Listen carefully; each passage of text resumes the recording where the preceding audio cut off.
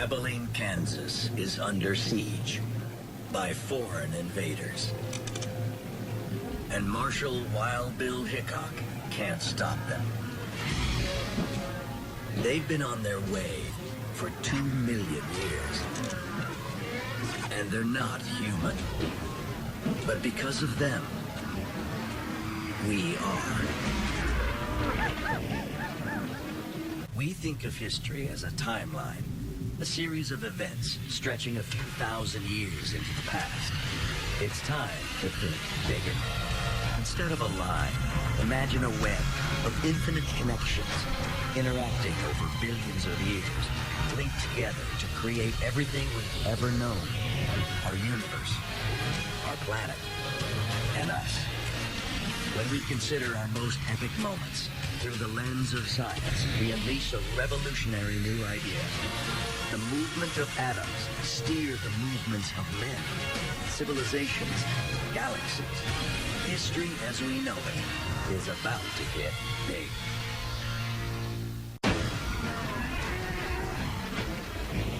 A force 40,000 strong arrives in Abilene. They're Texas Longhorns. And they're here to be loaded onto trains to feed a growing country and a hungry world.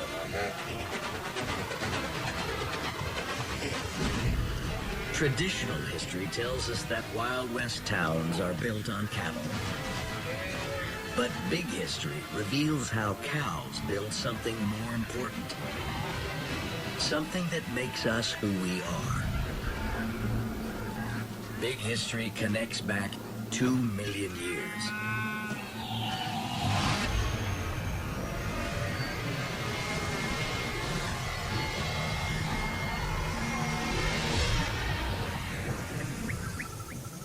To a time before humans, when our ancestors, known as Homo habilis, rely on plants and leaves for 98% of their calories. But a vegetarian diet is a disadvantage. To get the energy they need, these early humans would have to chew greens for up to 9 hours a day. We have the ability today to subsist as vegetarians because we have access to this diverse array of plants. But subsisting as a hunter-gatherer scavenger, to get all of the key nutrients you need, it's very difficult to do that on plants alone. It's time to change the menu. And when early humans begin to eat meat, they spark an energy revolution that transforms how we're built.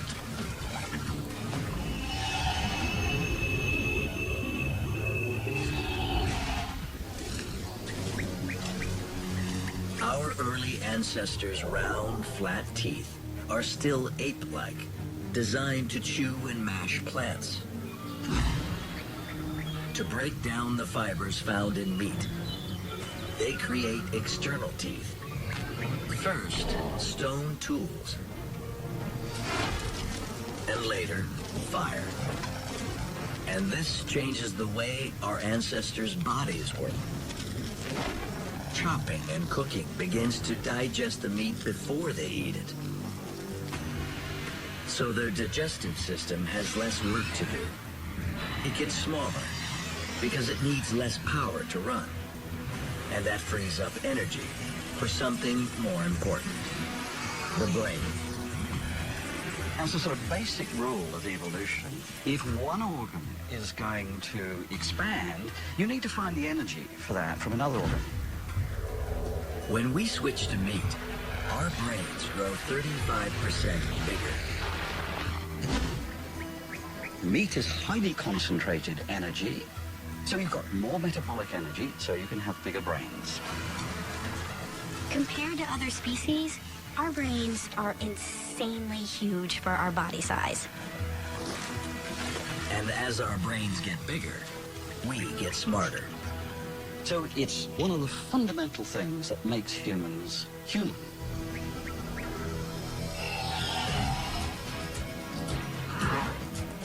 Today, Meat makes up nearly half of the U.S. diet. And it takes some 33 million head of cattle to feed that hunger every year.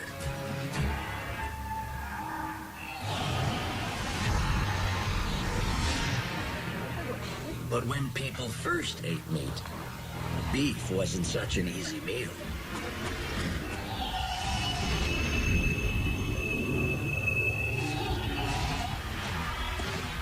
Modern bulls are a danger to any man who steps into the ring. But these bulls are smaller and tamer than the cattle that early humans hunted. Big history connects back 200,000 years.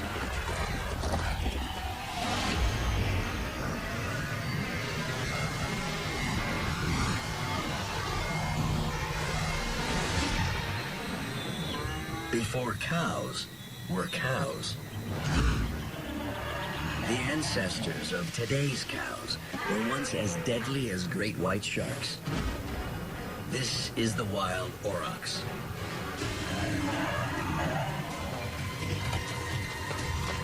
Aurochs were ferocious creatures, 2 meters at the shoulders. Their horns spanned further than my arms could stretch.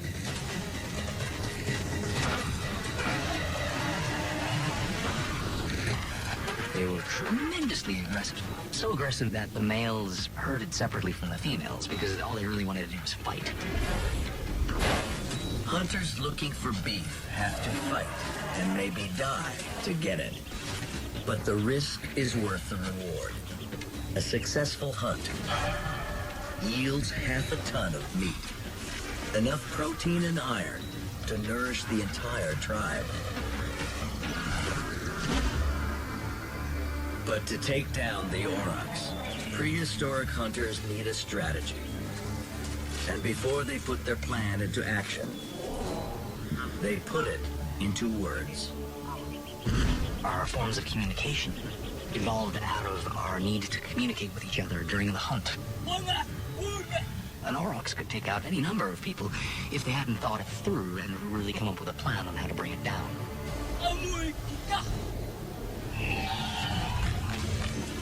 Big history reveals that our first tools, our big brains, and our language all connect back to an appetite for meat that helped make us human. An appetite that's still growing. Today, the world consumes over 130 billion pounds of beef every year.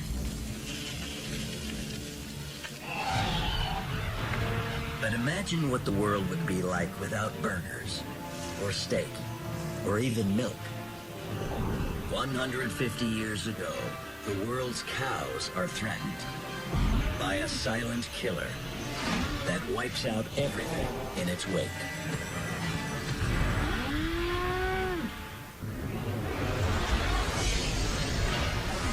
Big history uses science to see the world in a new way. It reveals how eating meat allows our brains to grow bigger. And with big brains, we develop language.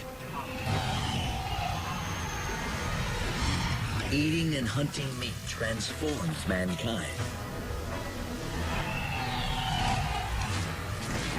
But there's another player at work in the story. Big history connects man's ability to access meat to a key moment 23 million years ago.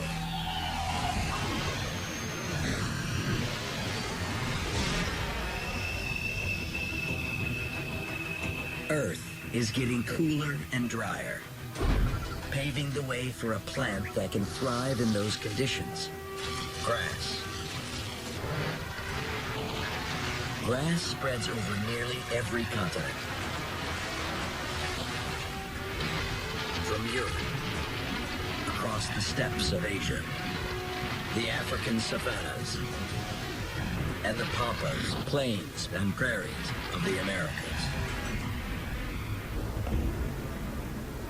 Where grass grows, animals evolve to eat it. Grass is pretty low nutrient stuff. It doesn't have a lot of value to it, but it's in abundance. So cows evolved in order to make use of this fairly marginal resource.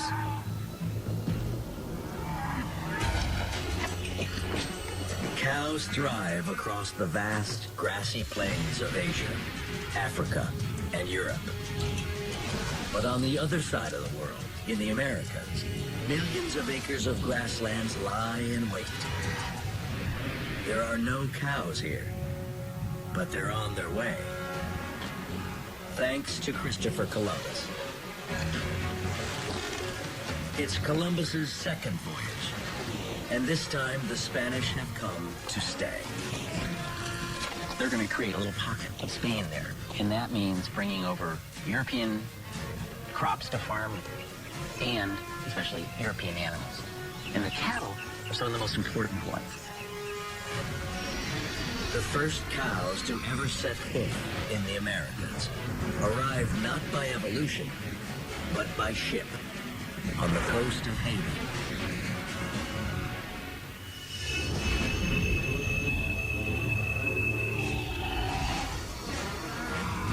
Because they're rare, cows are in demand, and within 40 years, they spread from the islands of the Caribbean to the mainland.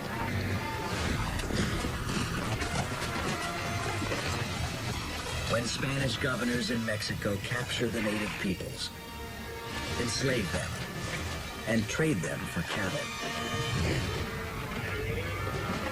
Once in Mexico, the cows grow fat in a new world of grass. And they begin to spread across 2 continents, north from Mexico to the American Southwest, and south to Argentina. Soon, new settlers bring more cows across the Atlantic, from Portugal to Brazil, and from northern Europe to the eastern seaboard. In just 500 years, what starts as a small handful of cows explodes to over 400 million head of cattle. It's the world's first cattle boom. And while the cow now thrives everywhere, the Atlantic separates them into 2 distinct populations, east and west. A difference of geography that will shape the destiny of the cow.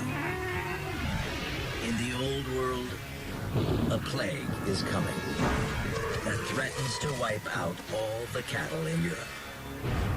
Big History connects the spread of a microscopic killer to an epic invasion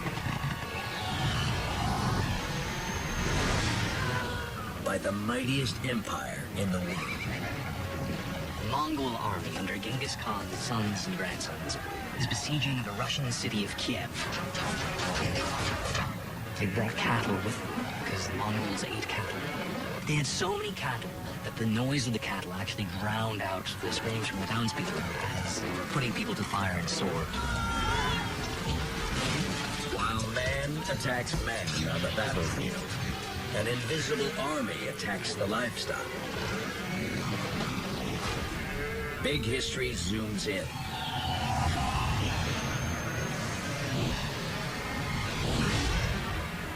To a single cell that will upset the balance of power in the world.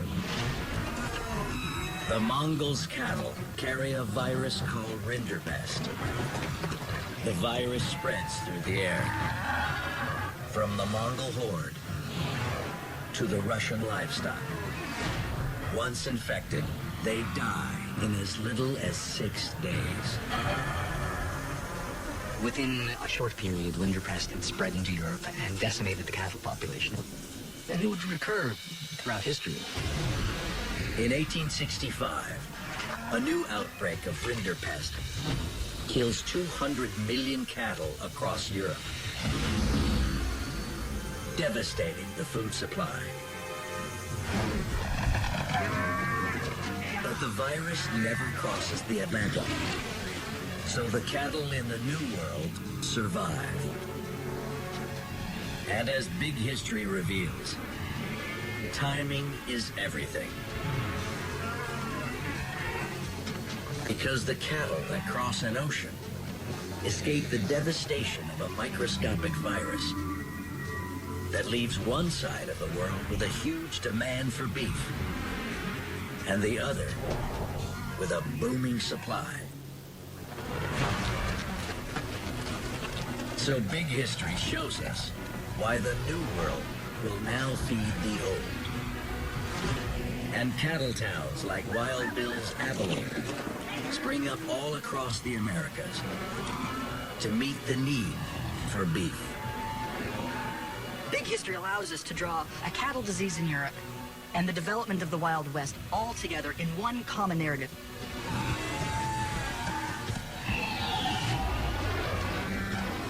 The Rinderpest outbreak makes beef more vital than ever to the economy of the Americas.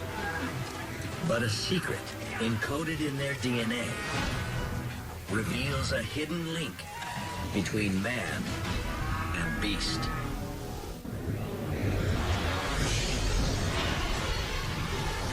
Big History shows us that the humble cow is a key to what makes us human. Connecting the meat that energized our brains to Earth's early grasslands where cattle first emerged. And a series of journeys where people spread cattle around the world and saved them from a deadly plague. Big History reveals that the connection between man and cow is much deeper, and it's hidden in their DNA. Every cow on every farm, every filet mignon or fast food burger, over 1 billion cows around the world, all trace back to one place and one herd.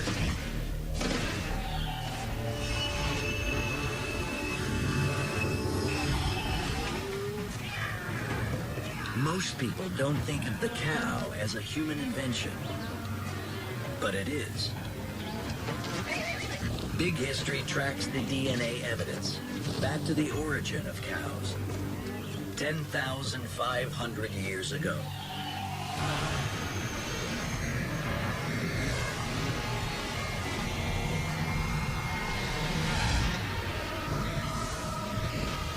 The grassy steppes of Eurasia, between Turkey and Iran. The fearsome aurochs roams wild. But some brave farmers decide to tame them. You have a monster that's really a symbol of primal strength and fury. So to actually domesticate it would have been a pretty crazy undertaking.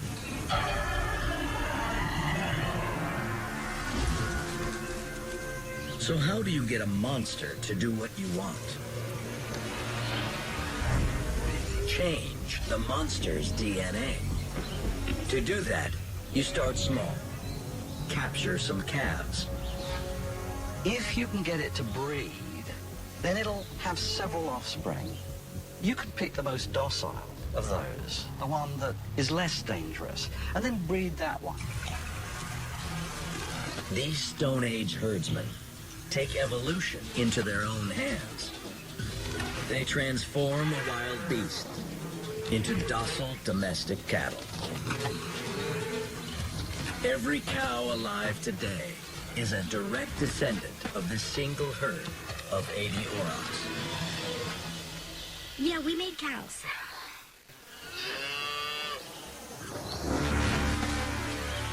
When we invent the cow, we're not only controlling an animal in a corral, we're harnessing energy from 93 million miles away. Food is energy. That comes ultimately from the sun. It's seized by plants. Herbivores eat plants. Humans can't eat grass, but humans can eat animals that can eat grass. And humans divert energy through the food chain to their own use. So we herd cattle. We've concentrated a lot of food energy in a small area and it's stored and ready for us.